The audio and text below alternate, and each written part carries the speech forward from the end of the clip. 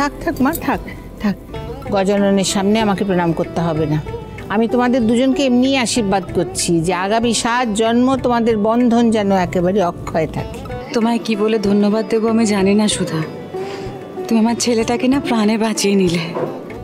আমি তো জানতাম আমার গজাননের আশীর্বাদ আছে আমার সুধার উপরে।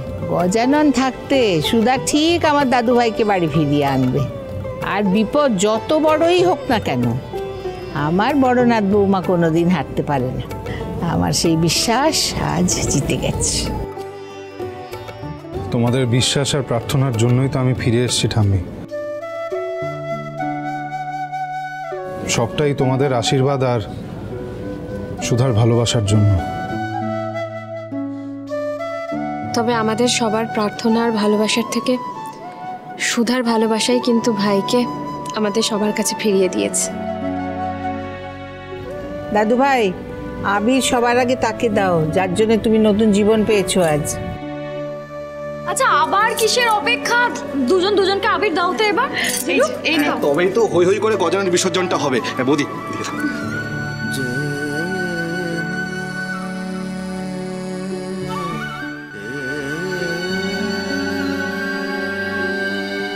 আজ যে অন্যায় আমি করিনি সেই শাস্তি থেকে তো বেঁচে গেছি ঠিকই, কিন্তু এতদিন ধরে এই সব বিপদের মধ্যে আমি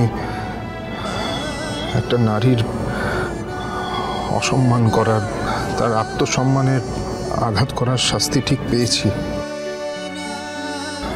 গজানন দিয়েছেন আমাকে সেই শাস্তি। আমি আমার ভুলটা রিয়েলাইজ করেছি শুধু। এই 5টা বছরে আমি বুঝেছি যে তোমাকে ছাড়া আমি কিচ্ছু না, আমার কোনো এক্সিস্টেন্সই নেই। ঠিকই শিখেছি, কিন্তু তোমার মূল্যটা বুঝতে পেরেছি সুধা। আমি জানি এত কিছুর পরে তোমার পক্ষে আমাকে ক্ষমা করাটা ইজি হবে না, বাট আই প্রমিস ইউ, এতদিন ধরে তোমাকে আর তরিকে আমি যেভাবে যতটা কষ্ট দিয়েছি তার থেকে অনেক বেশি ভালোবাসা দেব, সম্মান দেব, আগলে রাখবো। সুধা, প্লিজ আমাকে একটা চান্স দাও, যাতে আমরা নতুন করে সবটা শুরু করতে পারি, প্লিজ।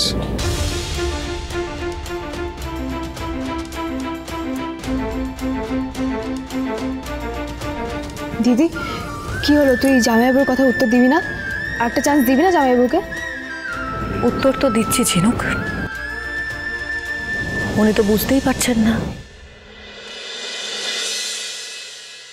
তুমি কি এখানে দাঁড়িয়ে থাকবে, নাকি এই আবিরটা আমায় মাখাবে? আমার আধার দিনলিপি জুড়ে জেলে দাও তুমি আলো আরো ভালো। দাদা ভাই মাখা। কিসের ওয়েট করছো? চলো। আবিরটা মাখা দাদা ভাই। উঠোন সাজিয়ে দাও তোমার আদর আলগোছ করে, মায়া ভরা চোখে ঢালো আরো আলো, আরো আলো রঙে তুমি এ মাটি রাঙিয়ে দাও, যেন আমার ভাঙায় জানালার ফাঁকে তোমার আলো ছোঁয়া লেগে থাকে।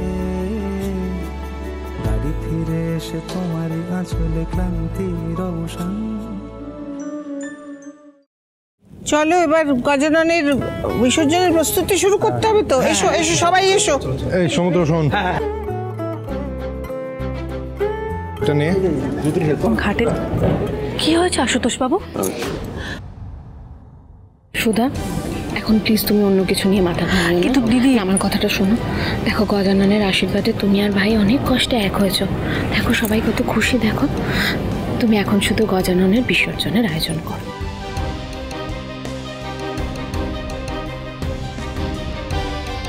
দেখো আশুতোষ অনেক কষ্টে কিন্তু বিপদ কেটেছে, তুমি প্লিজ। আর এখন জোৎস্না, বিপদ এখনো কাটেনি। একটা ভয়ঙ্কর আগুন লেগে সব পুরো ছারখার হয়ে গেছে। মানে আগুন লেগেছে কোথায়? অথচ তুমি বুঝতে পারছো না, এই খবরটা আমাকে ওদেরকে এখনই জানাতে হবে, এক্ষুনি। শুধু কি করছো?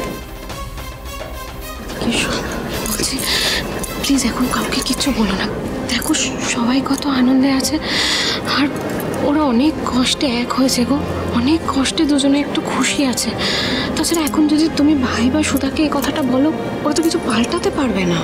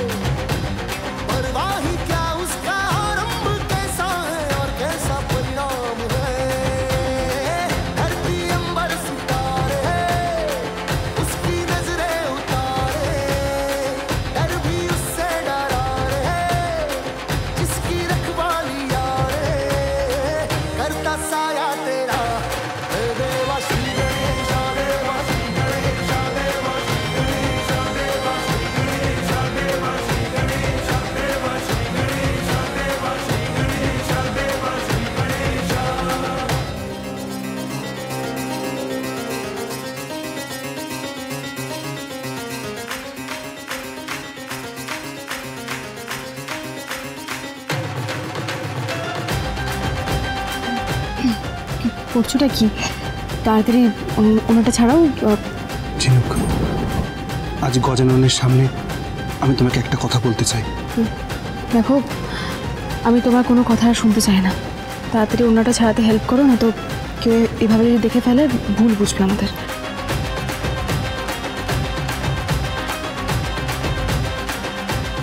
ঝিনুক, যে যা ইচ্ছে ভাবুক, শুধু তুমি আমাকে ভুল ভেবো না, ভুল বুঝো না। আজ অবধি আমি এমন কোনো অন্যায় করিনি যাতে আমাকে এত বড় শাস্তি পেতে হয়।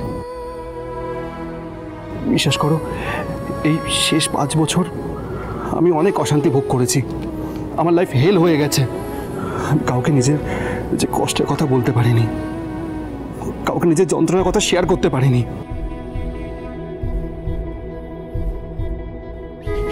এই 5 বছরে প্রত্যেকটা মুহূর্ত আমি শুধু তোমার জন্য ওয়েট করে গেছি ঝিনুক।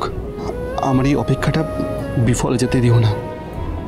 বৌদি যেমন দাদা ভাইকে আরেকটা চান্স দিল, তুমিও আমাকে তোমার প্রতি ভালোবাসা প্রমাণ করার জন্য একটা চান্স দাও প্লিজ, একটা চান্স।